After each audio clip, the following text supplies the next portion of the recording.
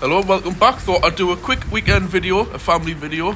I'm out currently walking the dogs at my local cafe, Café 31. I highly recommend that in Guidepost, on the Guidepost Square.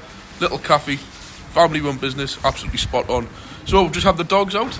Yeah, with Charlie. We'll swing the camera around.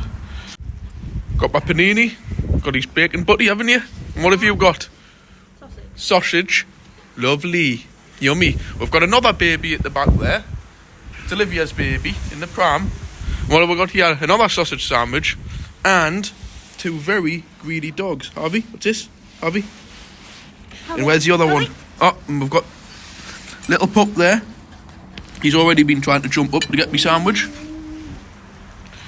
So, just a quick video. What are you guys doing this weekend? It'd be nice to be sat in the cafe, but when you've got two Springer Spaniels, even though they're dog friendly, no.